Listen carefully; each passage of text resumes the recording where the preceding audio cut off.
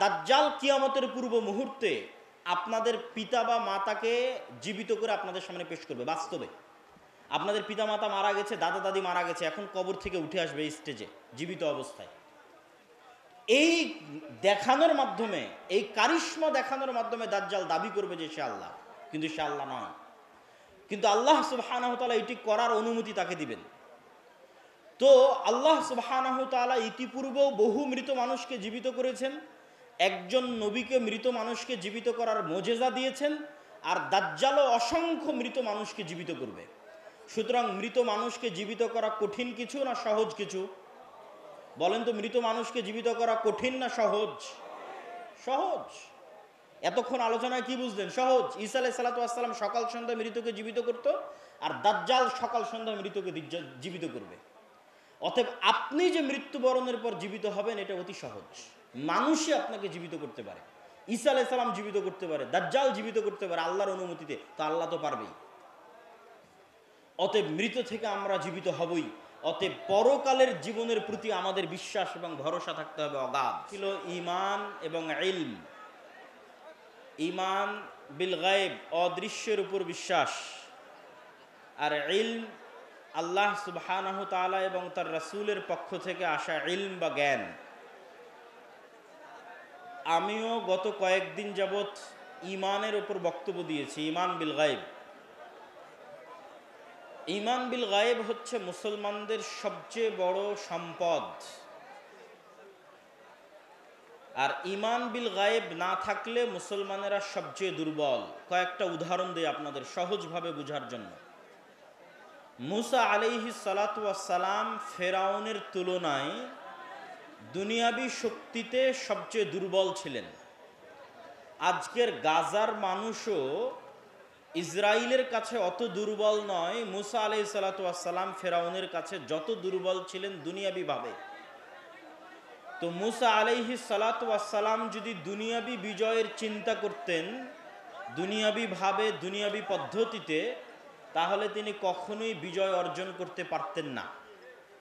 কিন্তু মুসা আলাইহিস সালাতু ওয়াস সালামকে আল্লাহ সুবহানাহু ওয়া তাআলা শিখিয়েছেন যে ইন্নাল্লাহা আলা কুল্লি শাইইন কাদির, আল্লাহ সকল কিছুর উপর ক্ষমতাবান, পৃথিবীতে আল্লাহর ফেরেশতা বিরাজমান।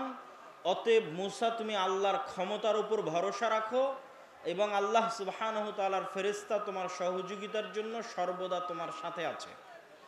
তো মুসা আলাইহিস সালাতু ওয়াস সালামের হাতের লাঠিকে আল্লাহ সাপ বানিয়ে দিয়েছিলেন, সমুদ্রের মধ্যে আল্লাহ রাস্তা তৈরি করে দিয়েছিলেন, মরুভূমিতে আল্লাহ সুবহানাহু তাআলা পাথর থেকে ঝর্ণা তৈরি করে দিয়েছিলেন, মরুভূমিতে আল্লাহ সুবহানাহু তাআলা আসমান থেকে মান্না এবং সালওয়া খাবার পাঠিয়েছিলেন,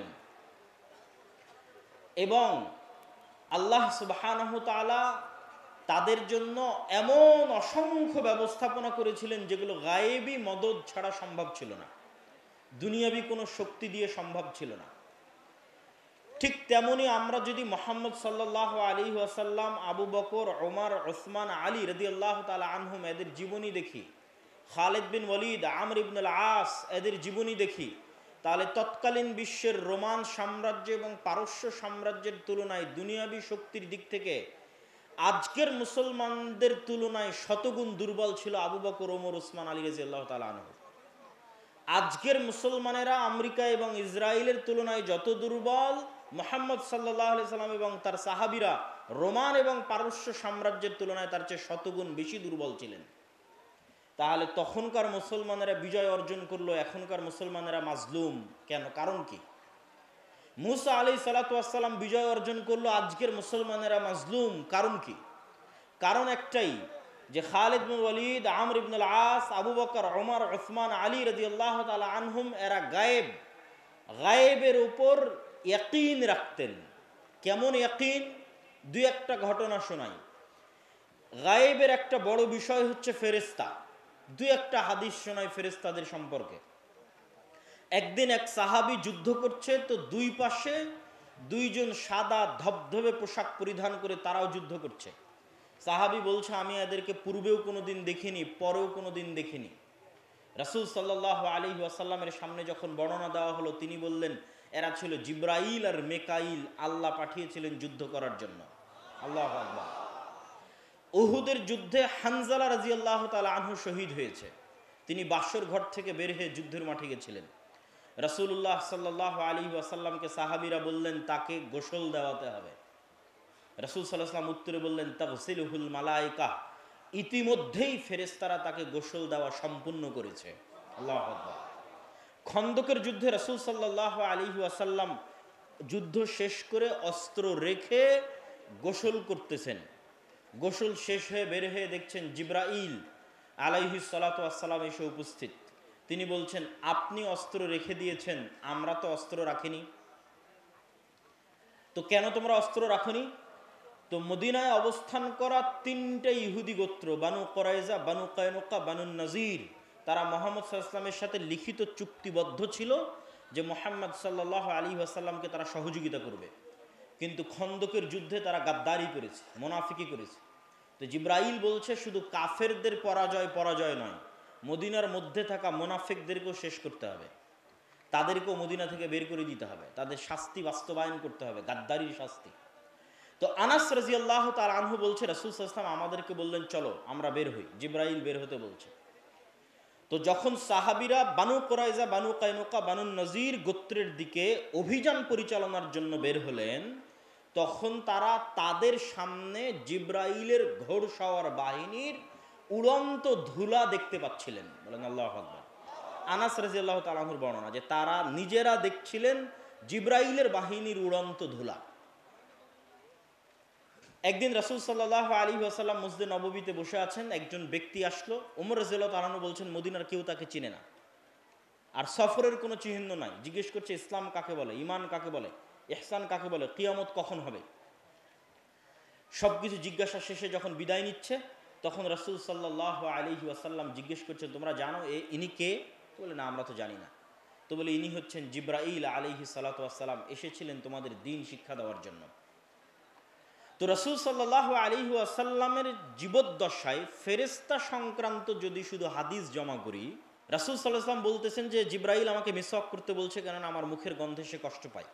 রাসূল সাল্লাল্লাহু আলাইহি ওয়াসাল্লাম বলছেন তোমরা মসজিদে পেঁয়াজ রসুন যেও না, কেননা ফেরেশতারা মসজিদে থাকে, তারা কষ্ট পায়।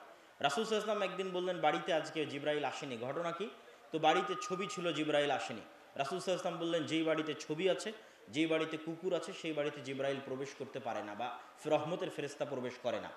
তো এইরকম ধারাবাহিক যদি রাসূল সাল্লাল্লাহু আলাইহি ওয়াসাল্লামের ফেরেশতা সংক্রান্ত হাদিস তুলে ধরি, তাহলে আপনি কল্পনা করেন যে সাহাবী স্বচক্ষে ফেরেশতাকে যুদ্ধ করতে দেখছে, যে সাহাবী দেখছে যে তারা আর এক বন্ধুকে ফেরেশতা গোসল দিল, যে সাহাবী দেখছে যে সাদ বিন মুআজের জানাজায় ৭০,০০০ ফেরেশতা অংশগ্রহণ করেছে, যে সাহাবী দেখছে সাদ বিন মুআজের জানাজায় ফেরেশতা অংশগ্রহণের কারণে তার খাটলির কি অবস্থা হয়েছে, জাবের রাদিয়াল্লাহু তাআলা আনহুর পিতার লাশকে ফেরেশতারা ছায়া দিচ্ছে, এবং বদর, উহুদ, খন্দক, হুনাইন সহ বহু যুদ্ধে ১,০০০, ৩,০০০, ৫,০০০ ফেরেশতা আল্লাহর পক্ষ থেকে অবতীর্ণ হয়েছে, সেই খালিদ বিন ওয়ালিদ, সেই আমির ইবনুল আস, সেই সাহাবীরা যখন রোমান এবং পারস্য সম্রাটের বিরুদ্ধে যুদ্ধ করতে যাবে, তখন তাদের ভরসা হবে দুনিয়াবী শক্তির উপর না আল্লাহর সাহায্যের উপর?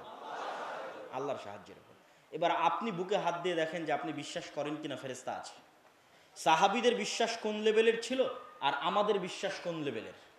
আমাদের বিশ্বাস আল্লাহর সাহায্য, আল্লাহর ক্ষমতা, আল্লাহর শক্তি, আল্লাহর ফেরেশতার উপর এবং পরকালের উপর এত দুর্বল যে আমরা মন্দির পাহারা দিয়ে ক্ষমতায় যাওয়ার রাস্তা খুঁজি,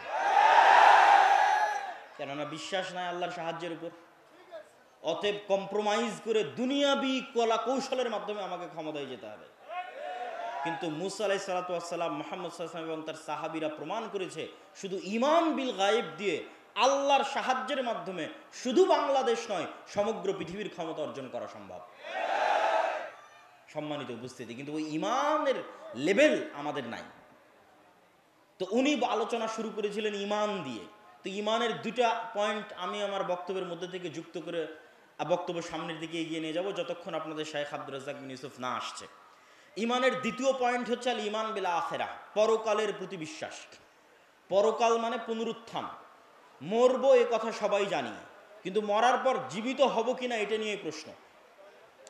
তো মরার পর জীবিত হওয়াকে আল্লাহ সুবহানাহু ওয়া তাআলা এই দুনিয়াতেই মানুষের এই বিশ্বাসকে মজবুত করার জন্য যে মৃত্যুর পর জীবিত হওয়া সম্ভব, এবং আল্লাহ জীবিত করবে, এবং পরকালের জীবন প্রকৃত জীবন, দুনিয়ার জীবন কোনো জীবন নয়। তো পরকালের জীবন প্রকৃত জীবন এটা বোঝানোর জন্য আল্লাহ সুবহানাহু ওয়া তাআলা দুনিয়াতে মৃত্যুকে জীবিত করাকে ডাল ভাত বানিয়ে দিয়েছেন। কিভাবে? একজন ঈসা আলাইহিস সালাতু ওয়াস সালাম আর কিয়ামতের পূর্ব মুহূর্তে, ওকে জাযাকাল্লাহ খাইর, আর কিয়ামতের পূর্ব মুহূর্তে দাজ্জাল। ঈসা আলাইহিস সালাতু ওয়াস সালামের মুজিজাই ছিল এক খাবলা মাটি হাতে নিয়ে এভাবে বিসমিল্লাহ ফু বলে ছেড়ে দিলে মাটি থেকে পাখি হয়ে আকাশে উড়ে যেত। কোনো মৃত মানুষের গায়ে হাত দিয়ে বিইজনিল্লাহ বিসমিল্লাহ বললে মৃত মানুষ জীবিত হয়ে যেত। আর দাজ্জাল কিয়ামতের পূর্ব মুহূর্তে আপনাদের পিতা বা মাতাকে জীবিত করে আপনাদের সামনে পেশ করবে বাস্তবে। আপনাদের পিতা মাতা মারা গেছে, দাদা দাদি মারা গেছে, এখন কবর থেকে উঠে আসবে এই স্টেজে জীবিত অবস্থায়। এই দেখানোর মাধ্যমে, এই কারিশমা দেখানোর মাধ্যমে দাজ্জাল দাবি করবে যে সে আল্লাহ, কিন্তু সে আল্লাহ নয়। কিন্তু আল্লাহ সুবহানাহু ওয়া তাআলা এটি করার অনুমতি তাকে দিবেন। তো আল্লাহ সুবহানাহু ওয়া তাআলা ইতিপূর্বেও বহু মৃত মানুষকে জীবিত করেছেন, একজন নবীকে মৃত মানুষকে জীবিত করার মুজিজা দিয়েছেন, আর দাজ্জালও অসংখ্য মৃত মানুষকে জীবিত করবে। সুতরাং মৃত মানুষকে জীবিত করা কঠিন কিছু না সহজ কিছু? বলেন তো, মৃত মানুষকে জীবিত করা কঠিন না সহজ? সহজ। এতক্ষণ আলোচনায় কি বুঝলেন? সহজ। ঈসা আলাইহিস সালাতু ওয়াস সালাম সকাল সন্ধ্যা মৃতকে জীবিত করত, আর দাজ্জাল সকাল সন্ধ্যা মৃতকে জীবিত করবে। অতএব আপনি যে মৃত্যুবরণের পর জীবিত হবেন এটা অতি সহজ। মানুষই আপনাকে জীবিত করতে পারে। ঈসা আলাইহিস সালাম জীবিত করতে পারে, দাজ্জাল জীবিত করতে পারে আল্লাহর অনুমতিতে, তো আল্লাহ তো পারবেই। অতএব মৃত থেকে আমরা জীবিত হবই। অতএব পরকালের জীবনের প্রতি আমাদের বিশ্বাস এবং ভরসা থাকতে হবে অগাধ। পরকালের জীবনের প্রতি আমাদের বিশ্বাস এবং ভরসা থাকতে হবে অগাধ। সম্মানিত উপস্থিতি, আল্লামা ইবতিসাম ইলাহি জহিরের বক্তব্যের সারমর্ম বলছিলাম। ঈমান বিল গায়ব এবং ইলম